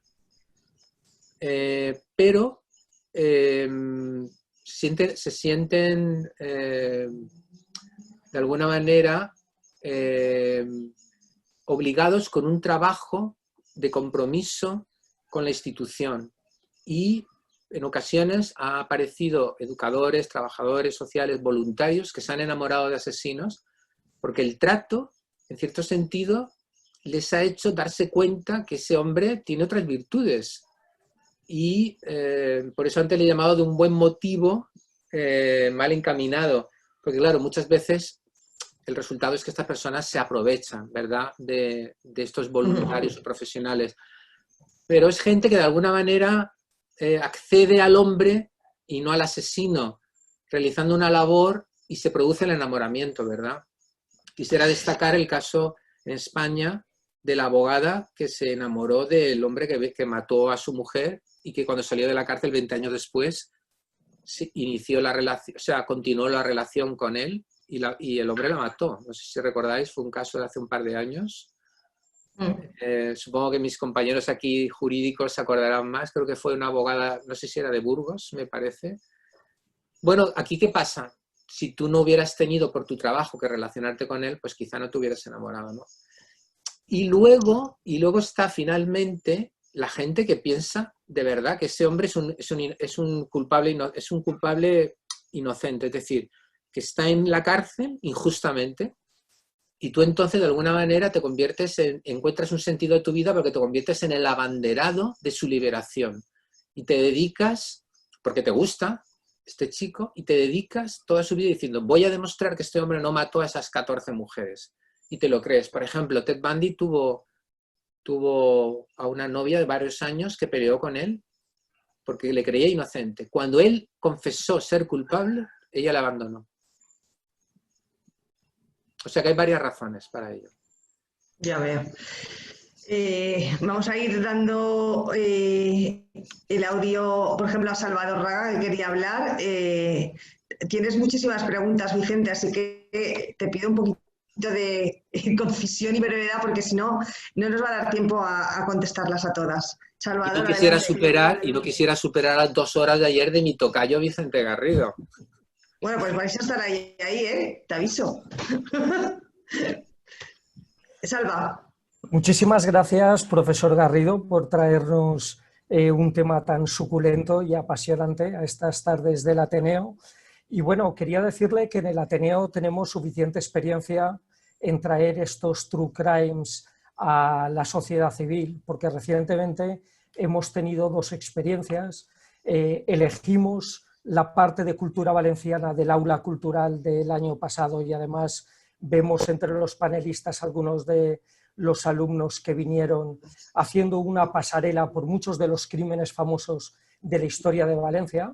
Y el pasado viernes 13 de diciembre tuvimos una presentación mega multitudinaria sobre un libro titulado 101 crímenes de Valencia, donde puedo asegurar que lo que se vio en el escenario del Salón de Actos del Ateneo Mercantil, o sea, superó la más optimista de las expectativas que teníamos todos los que fuimos allí, con lo cual el Ateneo Mercantil predica con el ejemplo. Has nombrado al asesino, al enemigo público número 1 de la historia criminal de este país. Desgraciadamente yo lo conocí, no sé si lo conocí muy bien, pero desde luego nos conocimos mucho mejor de lo que necesitábamos ninguno de los dos.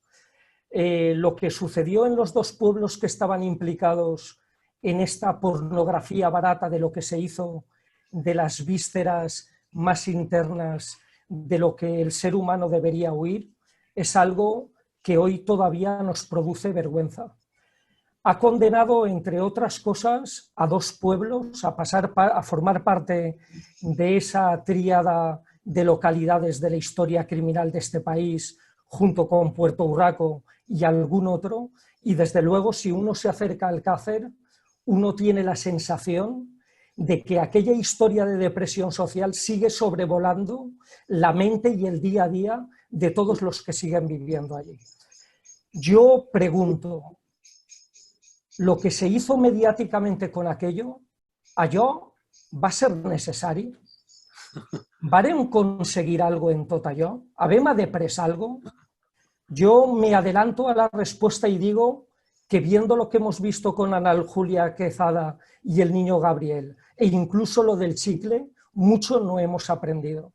Y hasta incluso hemos conseguido 2 cosas tremendamente perniciosas.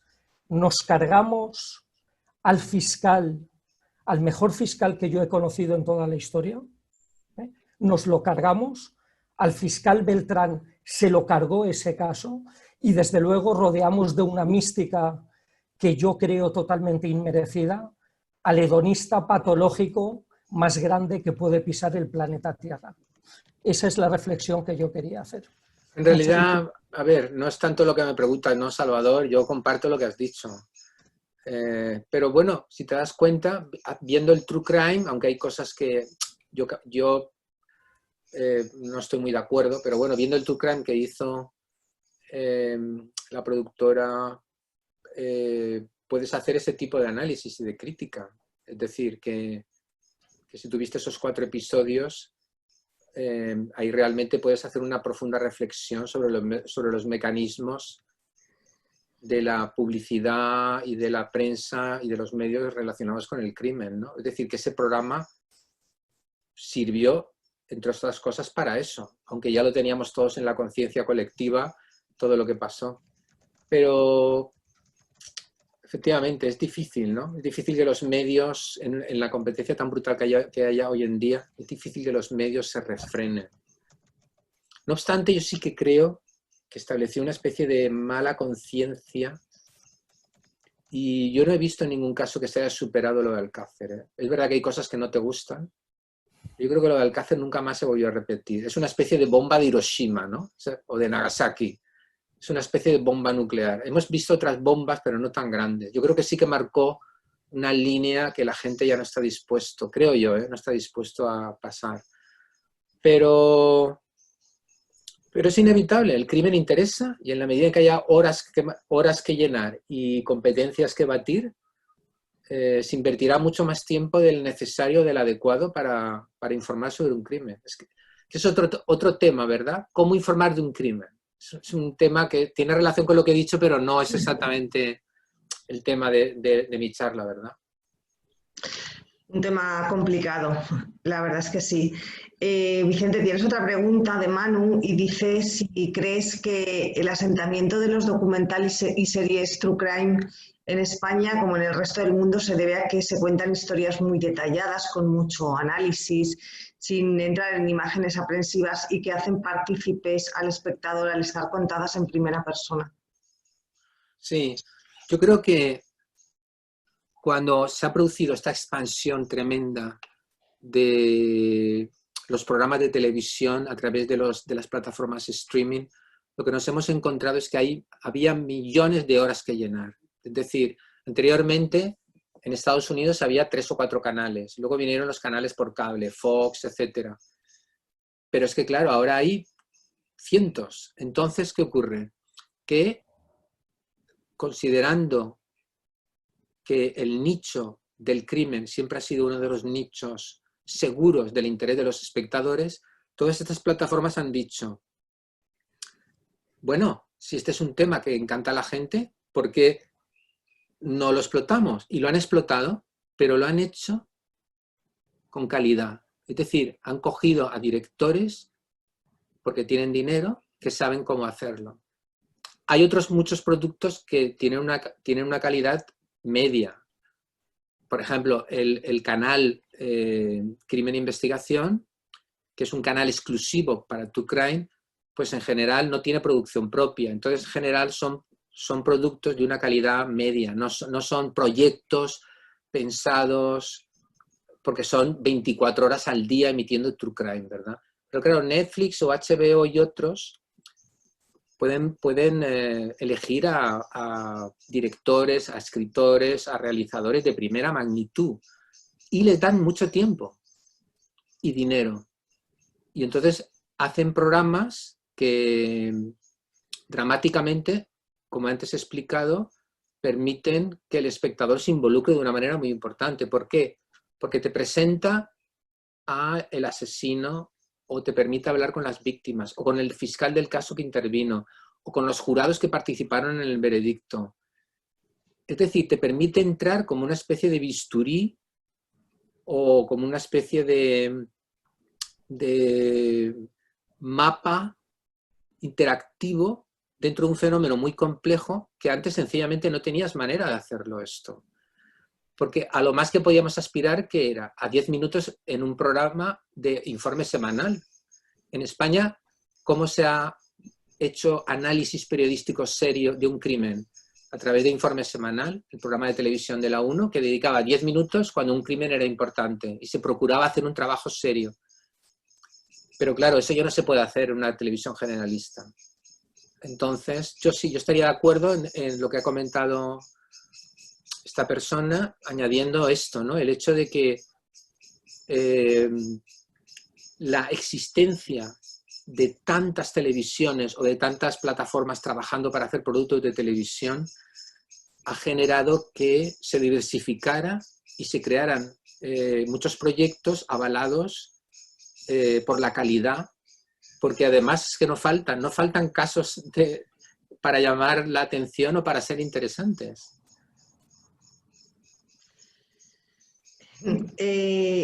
Manu también tiene otra duda. Bueno, te pregunta Vicente que como escritor, ¿qué debe tener un buen true crime? Que sea un caso mediático, que sea misterioso, mucho y muy bien documentado, o me imagino que un poco de todo.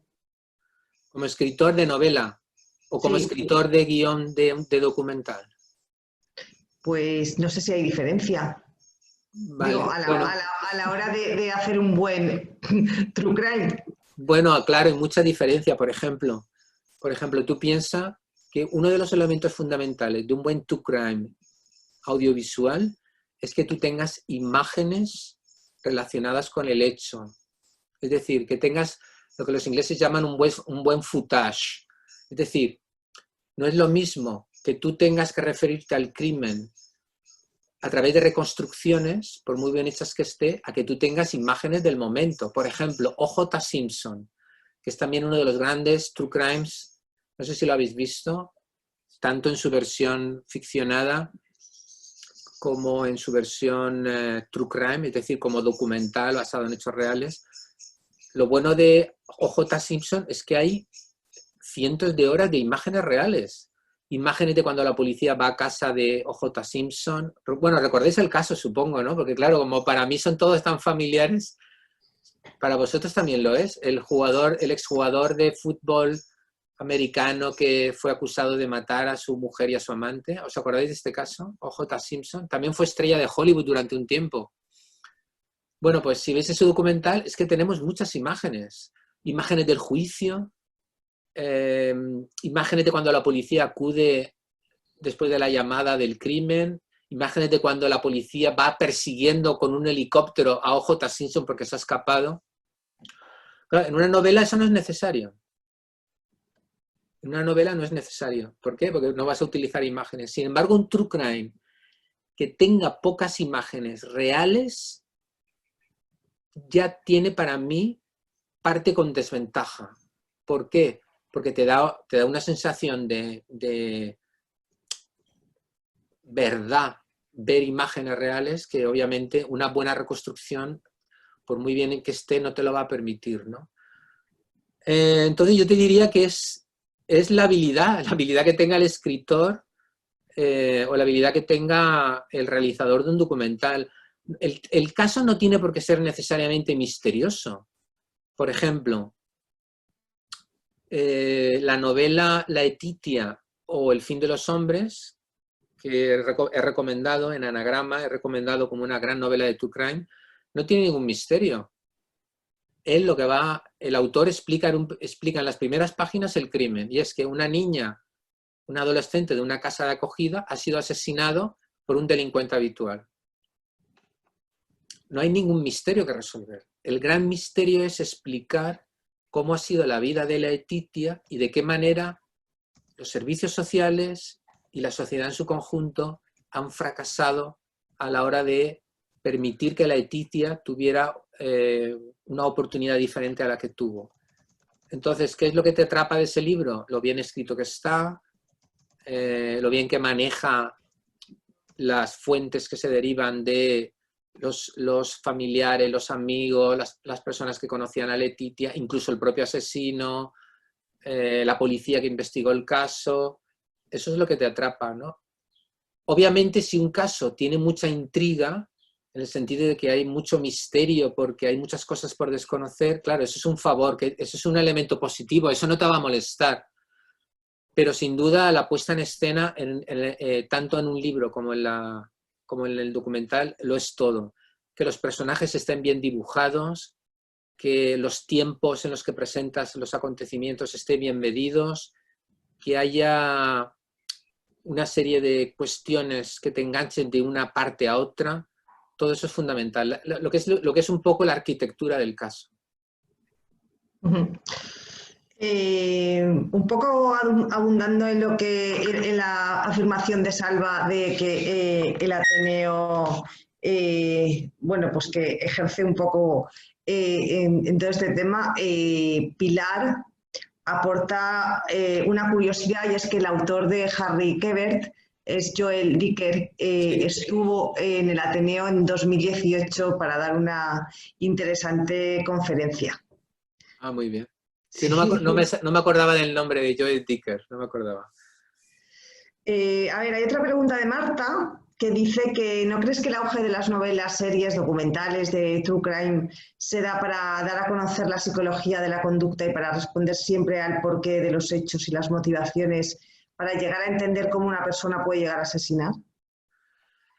Algunos sí, pero vuelvo a repetir que hay True Crimes que no están relacionados con un asesinato, aunque muchos lo sean. Por ejemplo, Chernobyl, lo que está hablando es de un crimen de Estado. El caso de Harvey Weinstein, que se llamaba, creo, que ese documental creo que se llamaba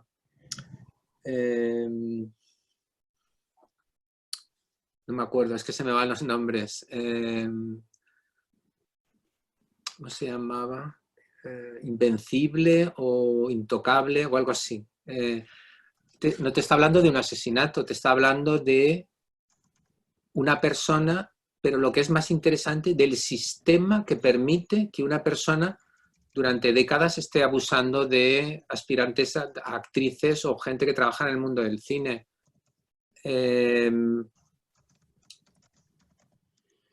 Un documental que yo recomiendo mucho, que se llama Lost Girls, Chicas Perdidas, habla sobre las víctimas de un asesino en serie, pero no da realmente mucha importancia a la investigación sobre el asesino en serie. Es una película de ficción, pero basado en casos reales. No es un documental, perdón. Es una película de ficción basada en casos reales, que se llama Lost Girls.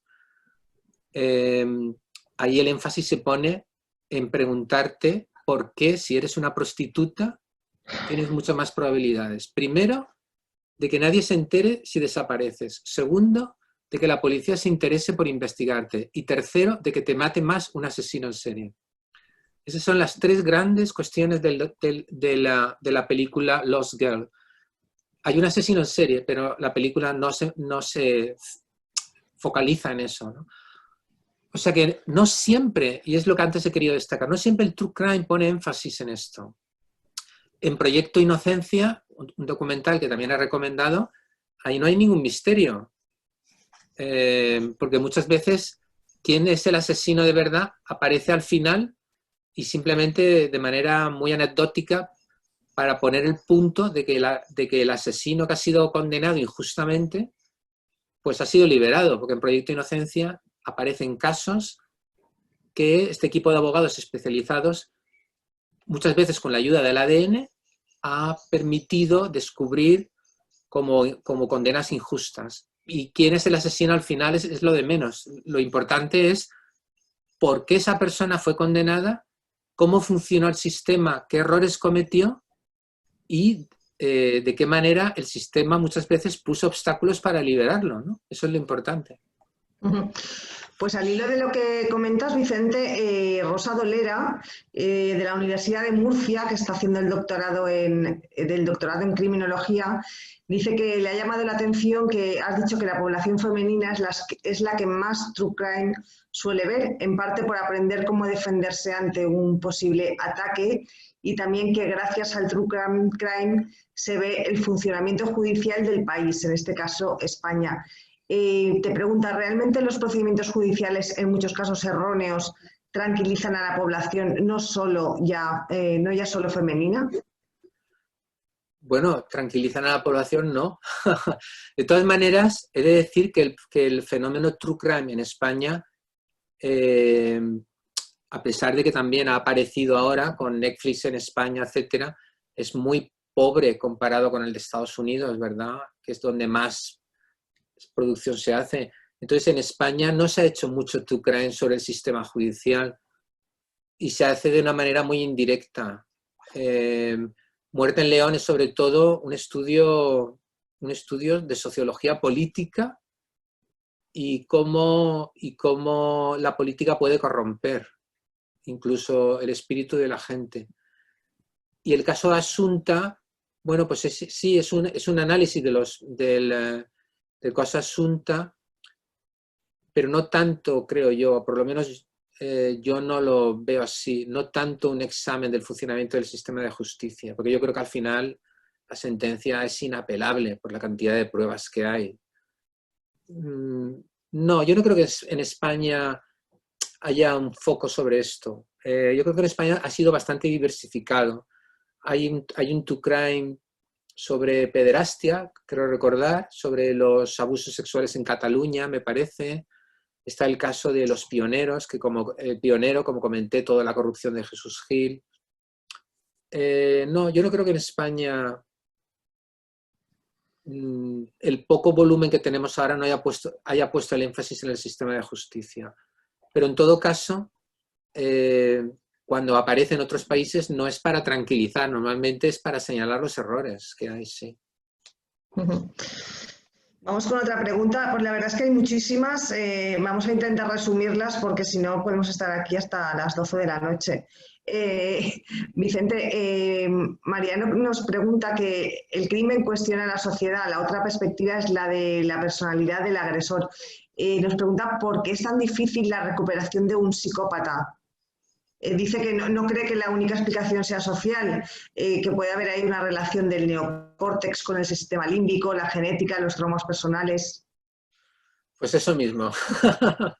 Pues él mismo se contesta. Sí, es que estoy de acuerdo con lo que él dice. Hay componentes personales que tienen que ver con su desarrollo neurofisiológico que lo hacen una persona particularmente resistente a las emociones y a los vínculos con los demás. Y claro, eso siempre te dificulta la integración social. ¿Sí? O sea, ya que estamos tan mal de tiempo, yo diría que él mismo ha respondido muy bien.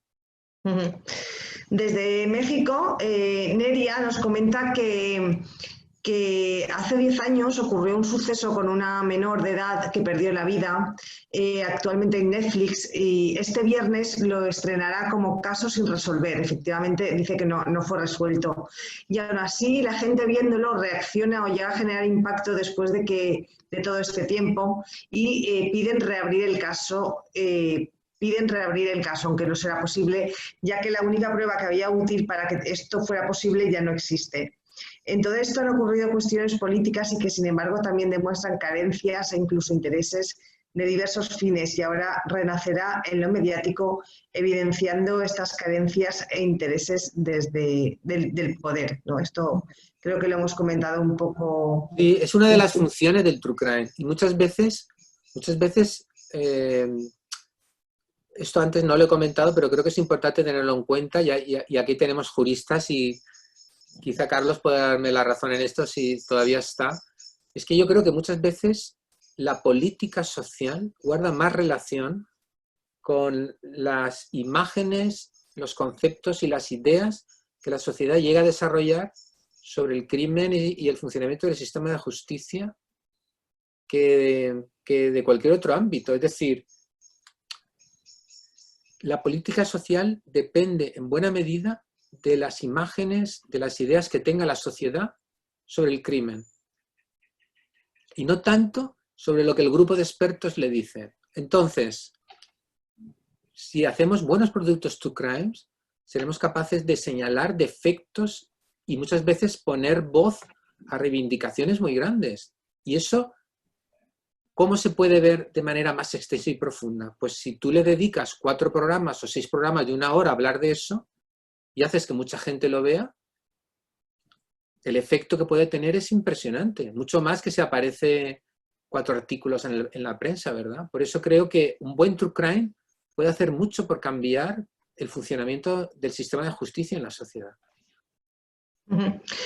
Mira, Alex Sánchez nos dice que en TV3 ha habido un fenómeno de audiencia llamado Crims, presentado por el periodista Carles Porta. ¿Tú crees que la cercanía geográfica aumenta el interés en el true crime? Sí.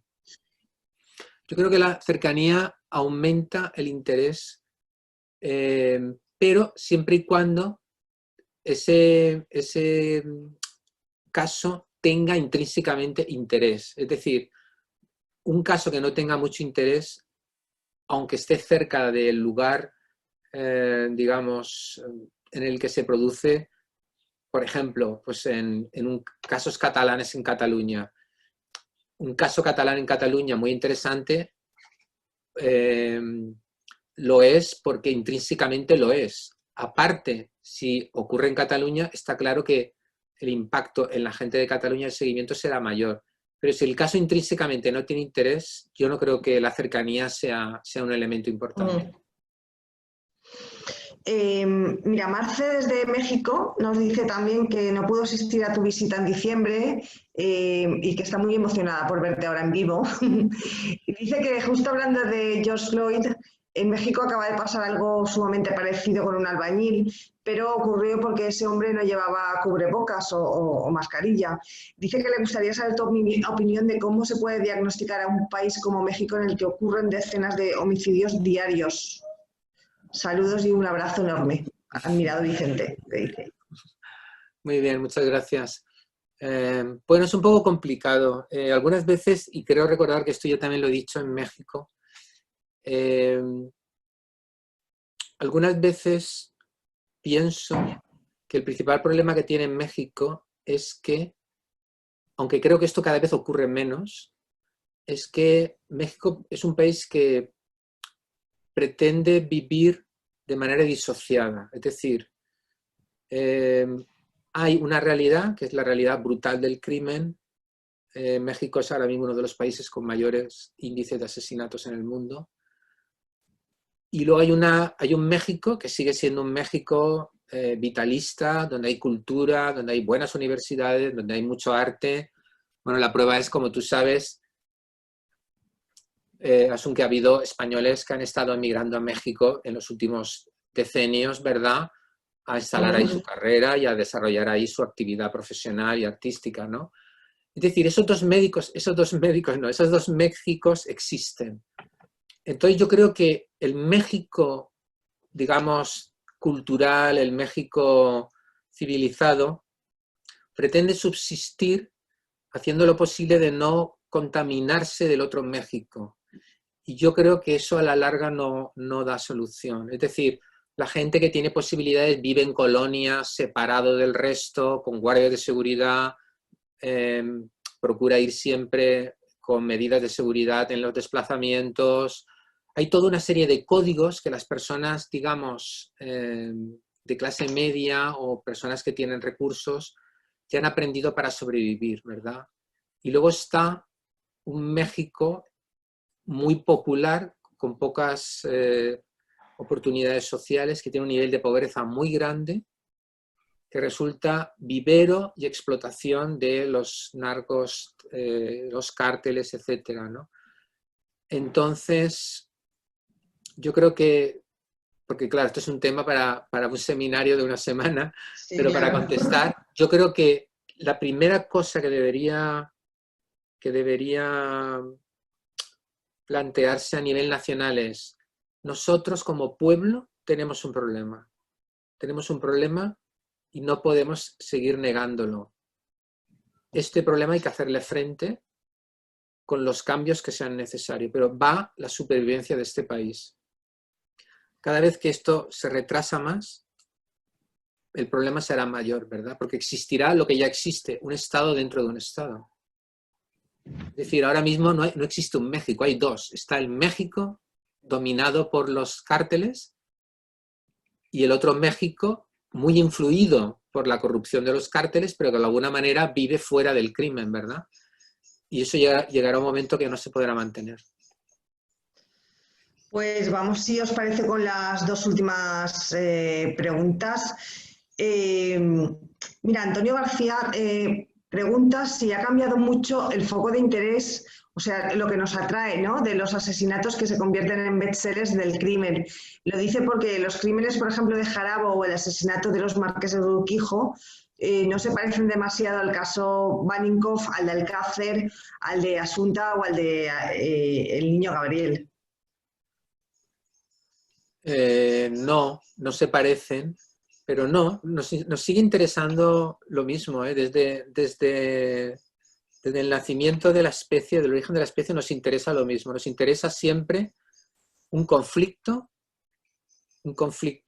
entre personas que genera un acto de violencia, muchas veces de violencia extrema, y nos interesa averiguar por qué sucedió, quién fue el responsable y cómo se ha respondido, cómo se ha investigado, cómo se ha castigado ese hecho. Bueno, son delitos distintos, también la sociedad es diferente, pero si se produjera un caso como el del Jarabo, nos seguiría interesando igual. Acordaros del caso del mal llamado Iván el ruso, un tipo que viene aquí y mata a 3 personas.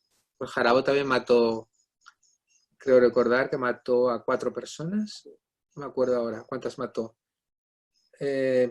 Bueno, el caso de Iván el ruso nos ha interesado. Hay un podcast sobre este caso también. No, nos interesa siempre que haya un conflicto que presente interés humano y implique descubrir claves o descubrir aspectos que son importantes para nosotros o para la sociedad, el caso nos interesa. ¿Qué caso no nos interesa? No nos interesa un caso, por ejemplo, estoy hablando de interés dramático, bueno, pues de violencia de género, que venga el exmarido y la mate, desde el punto de vista de dramático, en el sentido que estoy utilizando aquí, no tiene interés. Por supuesto que tiene un interés humano y todo lo que queramos. Pero ¿qué nos muestra ese hecho? Bueno, lo que ya conocemos, ¿verdad? Ahora, otra cuestión sería si este hombre hubiera matado ya a 3 mujeres antes y ninguna de las mujeres lo supiera. Y hubiera matado una mujer en Brasil, otra en Francia, otra en Portugal y la 4ª en Barcelona. Eso ya cambia por completo el asunto. ¿Por qué? Porque es un conflicto nuevo. ¿Cómo es posible que un tipo mate a 4 mujeres en 4 países y nadie lo haya detenido? Esa es la pregunta que va a captar tu atención. Sin embargo, por desgracia, si es uno de los crímenes habituales, pues lo vas a lamentar, pero no es algo que tú vas a desear ver en un true crime. Pues, si os parece, lo vamos a dejar aquí, porque podríamos estar hablando con Vicente horas y horas. Es que no quisiera batir el récord de mi tocayo Vicente Garrido Mayol, que para mí es el referente. Ese es el Vicente Garrido el bueno. Pues estás a minutos de conseguirlo, ¿eh? O sea... Pues hay que acabar antes. No quiero batir el récord. Lo has superado. Lo has superado ya, ¿no? ¿Cómo? Sí, Yo no quería. Pues nada, lo has conseguido, enhorabuena. Creo que en el momento es el webinar más largo que hemos hecho, pero nada, podríamos seguir porque la verdad es que el tema es súper interesante y seguiremos seguro que en el Ateneo contigo, Vicente.